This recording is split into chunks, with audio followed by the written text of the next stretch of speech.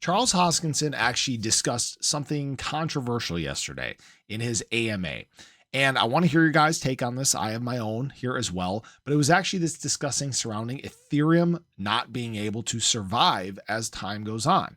And I want to talk about this in relation to Cardano, why this does in fact show that Cardano is in fact so far ahead of its time. So if you guys are new or haven't already, make sure you hit that subscribe button down below, hit that bell again. It's free to do. It'll keep you updated anytime there's new content live here on the channel.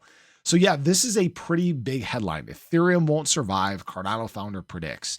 And for those that missed it, basically what he was doing was discussing a lot of these inadequacies of Ethereum's model. He said they have the wrong accounting model, they have the wrong virtual machine, they have the wrong consensus model, saying that the current proof of stake is wrong. He also highlighted some of the problems that exist with L2s on Ethereum, saying that they're parasitic, that they essentially cause this deviation from Ethereum, this diversion from Ethereum itself. And that frankly is a big deal. It's creating essentially this big split amongst the community because Ethereum L2s operate very different. They're essentially their own independent animal. And what we've kind of noticed over time, or what I've noticed over time, is that they're essentially sucking people away from the Ethereum blockchain.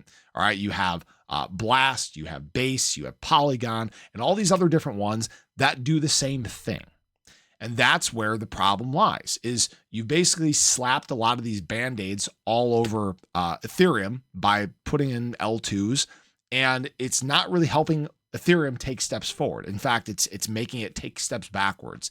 And I think that that's probably the big reason why, Ethereum during this market cycle has not been performing that well. That is why other blockchains have emerged as real opportunities. Obviously, we know Tron has taken huge steps forward. Solana's taken huge steps forward. There are some obviously up and comers like Sui that are in big discussion. Toncoin, Toncoin's gotten kind of quiet, but Hedera's emerging. You guys get the point, right? And that brings us to Cardano, because Cardano, because of Ethereum's inadequacies, has a real opportunity to take steps forward. One, because the retail sector for Cardano hasn't really taken those big steps forward yet. Yes, we obviously know that there's a lot of projects. There's a very active DeFi community, but it really is an opportunity to grow because nobody's really run away with the space. Even if you look at some of the other blockchains within the crypto industry that are launching L2s like Solana, they're all band-aids, right? They do the same thing, but they're not really fixing the problem per se. Now, we need to discuss this surrounding Cardano, because Cardano does essentially have a layer 2 type tech, and that's Hydra, but it's very different. It doesn't do the same thing. It runs in parallel to the blockchain, and really all all Cardano cares about is the end state of the UTXO. And that is it's basically scalability running on the side without actually deviating from the main chain. Hopefully that makes sense for people, right? So essentially you're not causing this diversion of the community. It retains everybody within the Cardano ecosystem. And even the ways that Cardano is doing things on the side, for example, something like Midnight, which hasn't launched yet, it operates in a different way. It is a privacy side chain. It doesn't do the same thing as Cardano. So the way that Cardano is essentially building things out is this ecosystem that can do different things. It's not, it doesn't have this redundancy that a lot of these other blockchains have. Okay.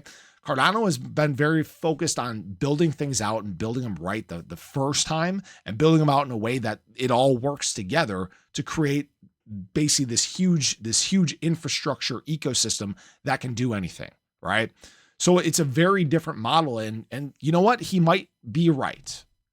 We know that Ethereum has had a problem with gas fees, which are hopefully fixed. We'll see if that's the case the deeper we get into this market cycle. But the model for blockchains that other chains have in fact used appears to be very broken. And that is why right now you should have a lot of confidence that Cardano has basically taken the path less traveled. They've gone the long route. They've done the route that, yes, took a long time to get us even to the point where we had smart contracts, which for those that weren't familiar was back in 2021. But it's also gotten us to a point where, again, scalability, not a problem. Security, not a problem. Uptime, not a problem. And it goes even beyond that. All right.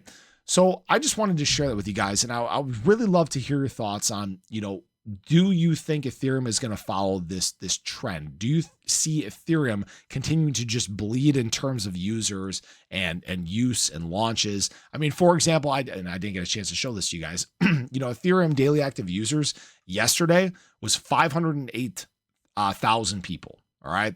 Base daily active users yesterday, 787,000. When you're starting to see more use on the side chains than the main chain, I think that that's a big problem. Yes, obviously we know that Base uses Ethereum, but I think you guys are getting my point here. There might be a big shakeup that's actually taking place in the crypto space currently. We obviously know that, again, Ethereum, number 2 chain in all of crypto, but we could be potentially talking about Ethereum getting flipped by, XRP. I'm a little torn on BNB. BNB's been so quiet this cycle. It didn't really drop as much as other assets, didn't really make up the ground of other assets. You might see Solana get to that point as well. ADA get to that point as well. And again, yes, this is a Cardano video because, again, Cardano has taken a very different route to get here. So I appreciate you guys as always. I hope you enjoyed the video. I'd love to hear your thoughts. What do you guys think? Do you think Ethereum is going to not fail?